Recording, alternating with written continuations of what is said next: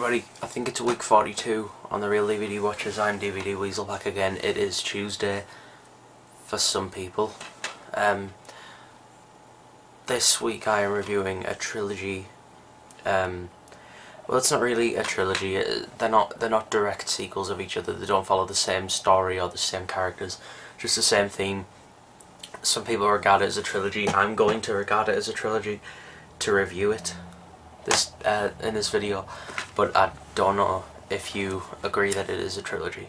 I'm not too sure, but yeah, it is Alejandro Gonzalez Iñárritu's Trilogy of Death. I think that's what it's called. A lot of people called it his Death Trilogy. I like to say I think Trilogy of Death sounds better. A better title. Sorry. It began in the year 2000 with Amores, Perros. So basically, the story of Amores, Perros is like each one of these follows a very fractured storyline. You know, the kind of the dramas that have three separate characters or more or whatever. The last one actually has a lot more.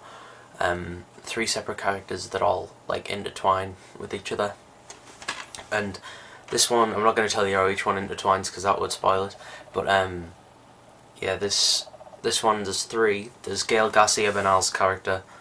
I forgot all their names because I haven't seen this one in a while, but I can remember most of it. I'm going to talk about the other ones a bit more. But yeah, it stars Gael Garcia Bernal, Emilio Echevarria, Goya Toledo, Alvaro Guerrero, Vanessa Baucha, I don't know, Jorge Salinas. Lots of Spanish actors. Everybody knows, well, not everybody, but most people know Gael Garcia Bernal. He's the most well known out of them. Well, for me anyway, that's the only one I can recognise the name of.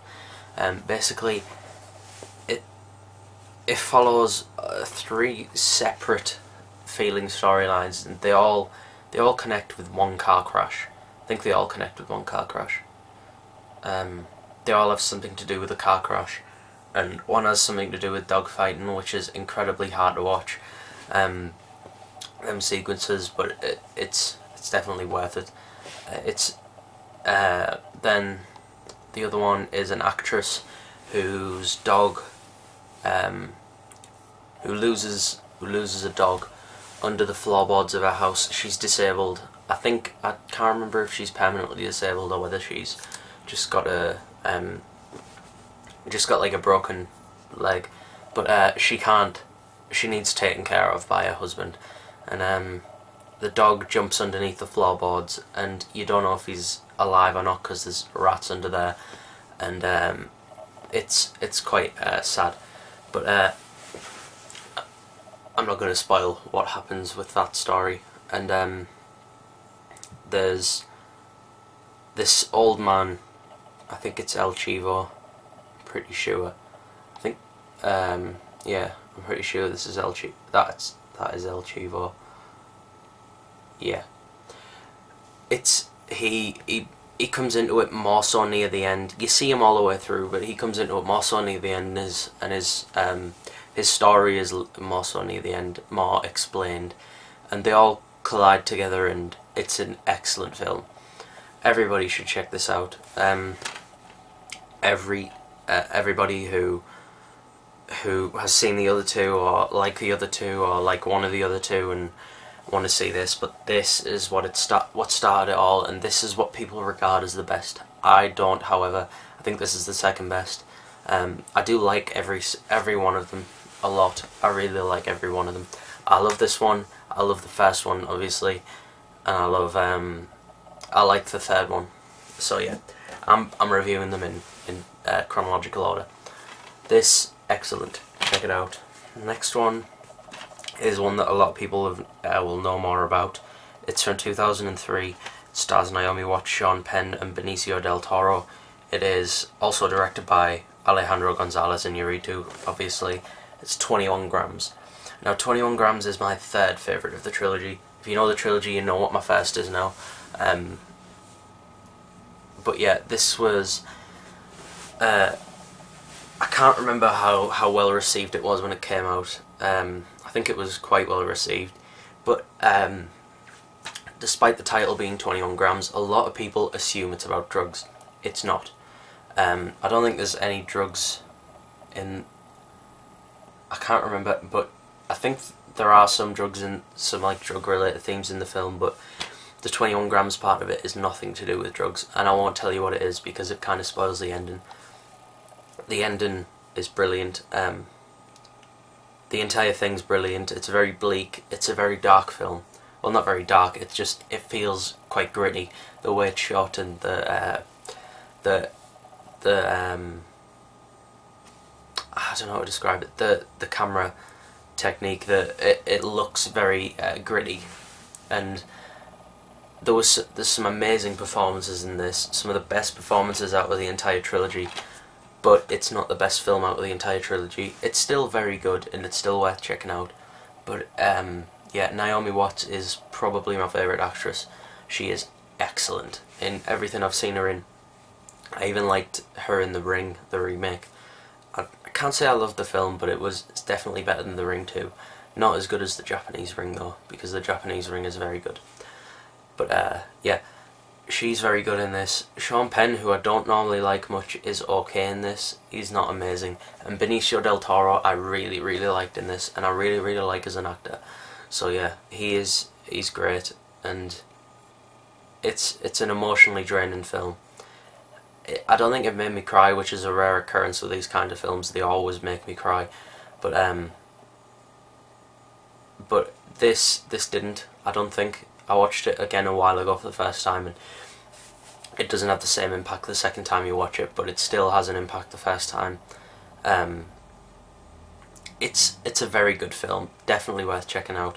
But yeah, it would actually be a good idea to watch this trilogy in order, unless you've seen one of them already, which is quite possible with the next one. The next one is my favourite of the trilogy. It stars Brad Pitt, Cate Blanchett. They're the only two mainstream actors in the film, like mainstream American actors. And it also stars Gael Garcia Bernal and Rinko Kikuchi, who is my favourite out of the entire film. It's Babel, however you want to say it. This is shamefully a rental copy. Yeah, I don't like to buy rental copies anymore, but at the time I didn't really care because I wanted to see the film. And the first time I saw it, I can't say I loved it so much, but the second time I saw it, it was incredible. This is a 10 out of 10 film if I ever saw one. It's just an amazing film, very emotionally draining. It's a very, very depressing film in parts. Well, pretty much all the way through, but it does have some uplifting moments. And yeah, it follows a lot more storylines than the other one. The other two, the other two follow basically three characters, which is the three that I mentioned. In 21 grams, it's Sean Penn, Benicio del Toro, and Naomi Watts. The three characters that follow, I forgot the names of them again. But yeah, I already told you what the other three characters were in Amores Perros. In this, I can't remember how many there was, but it starts out basically as like well, Brad Pitt and Cate Blanchett are on holiday in this place. In Morocco, yeah, and also in Morocco there's these two boys who have a father, and their father sends them away, I think with some animal, some livestock or something. I think it's dead at this point, but it's still, I didn't know what to call it. Sends them away with that, and they come back with a gun. And they get told by the dad to go out and shoot jackals, which I'm guessing are vermin.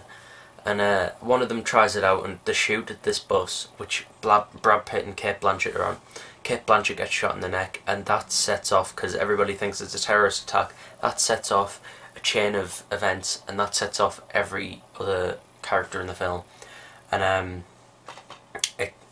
there's a Japanese story that comes into it with Rinko Kikuchi, who is she's on the front cover, but she's obstructed by a sticker. She's on the back. She's the Japanese girl there. Yeah, she she's a Japanese schoolgirl, and she's deaf. I think she's dumb, but there's this one scene in it where she goes into a rave with her friends, and because she can't hear anything, it's nothing for her. And what it does is it shows you her walking around just like faintly dancing because she wants to fit in, and then it shows you from her point of view, and it's just silent completely. And it's such a powerful moment, and it's an amazing film. The ending is very powerful. It's an emotional roller coaster. Definitely check it out. It's the best of the trilogy for me. Anyway, I hope this was a good review of these films. I'm gonna be back next week with a better review, because the trilogy that I wanted to review, I've lent to somebody and I forgot. So yeah, I'm sorry. So come back next week, and thanks for watching. Goodbye.